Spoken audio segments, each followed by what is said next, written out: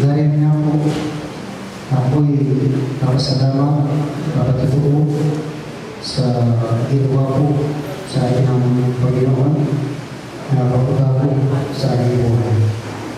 Yung hindi pa po ako Kristiyan, hindi pa po ako nakakilala sa aking mga Panginoon. Isa rin po ako sa taong bisyo. Nandiyan, matako po ako naman sa alak, sa mga bisyo, sa suwan, na nasa ko yung isang beses na drugs, nagigipag-away, walang pinakatakutan. Pero nung ako po'y tawagin na ng ating mga Panginoon, na parang kundi wala po akong pinakatakutan. Nung tinawag po ako ng mga Panginoon, noon, at nandiyan,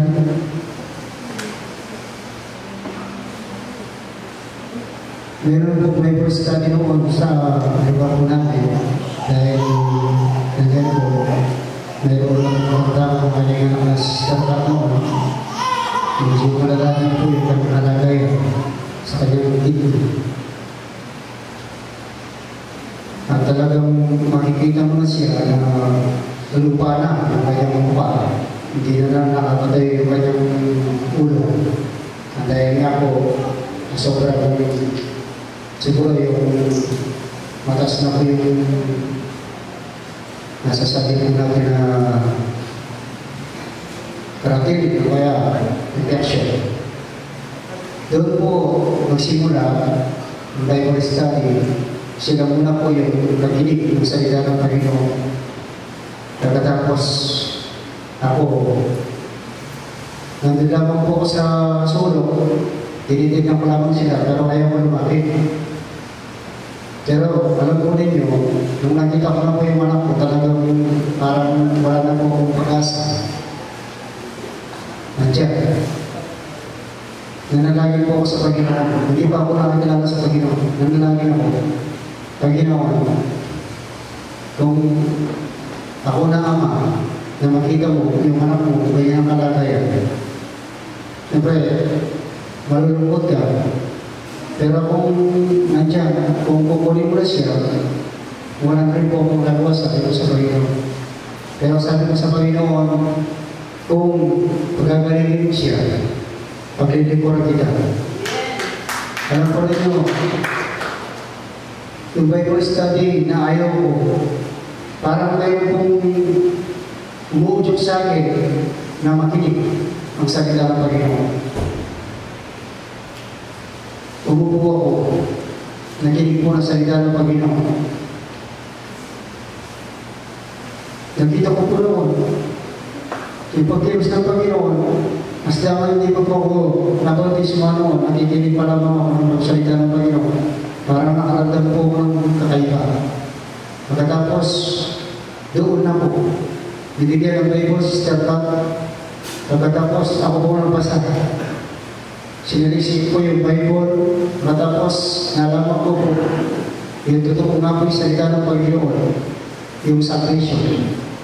At doon po, walang alinlangan na kami po yung pabautismo sa pangalan po ng ating pinamaman na Panginoon.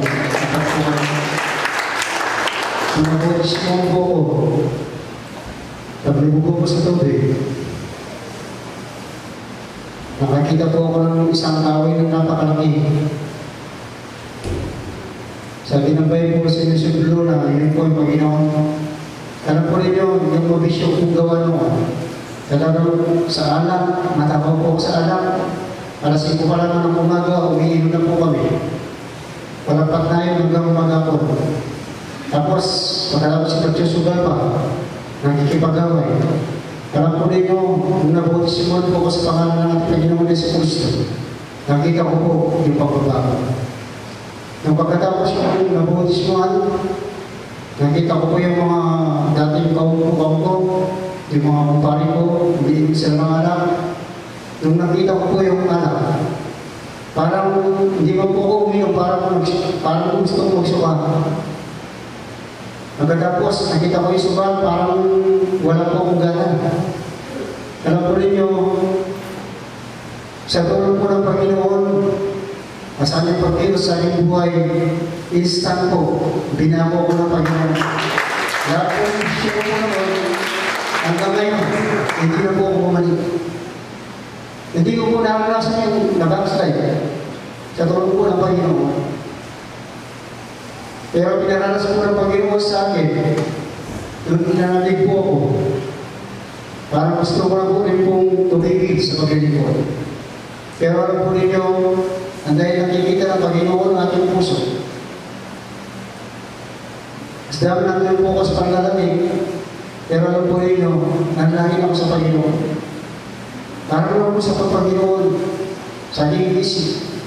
Sabi ng Panginoon, anak, magpatuloy ka. Alam po ninyo, binigyan na naman po ko ng lakas ng Panginoon. Hanggang ngayon, nakatayo po ako na nagpapasalamat sa ating pinakamalala ng Panginoon. Kaya, totoo nga po, ng Diyos na pinasampuhan, siya po nagbabago ng buhay. Kagaya po, ako'y binago ng Panginoon. Hindi na lumalabas sa aking bibig. Yung mga tao doon sa amin, sila po ang nagpapatunay. At talagang yung Diyos na kinakilala ay totoo, ay nagbabago ng buhay. At doon po, pinagaling din po noon ang aking anak na si Stata. Pinagaling. At ngayon, mga kapatid, mga magulang, ang dahil nga po, siya po'y nag-asawa, para nakalimutan niya yung Panginoon. At ngayon, binalik ng Panginoon yung kanyang karamdaman. Ako po'y nagpapasalamat sa Panginoon. Sila ka ng Jim karamdaman, aking anak, nagpapasalamat ako sa Panginoon dahil kasi napakabuti ng Panginoon. Kung sa karamdaman na yan, sabi ko sa aking anak, kasi magpapatuloy sa ating pinamamahal na Panginoon. Kami lahat, maglilingkod sa Panginoon. Kung sakali, na wala man yung buhay, sabi ko nga po sa kanila, sigurado yung pupuntahan natin. Kaya ako po'y nagpapasalamat na nagpupuri, na sumasamba sa aking Diyos na buhay na nakilala, na nagbago na nakilala. Kaya salamat po sa mga Panginoon na ang naman po pinamaksama ko ni Pagsamba sa ating pinamamahal.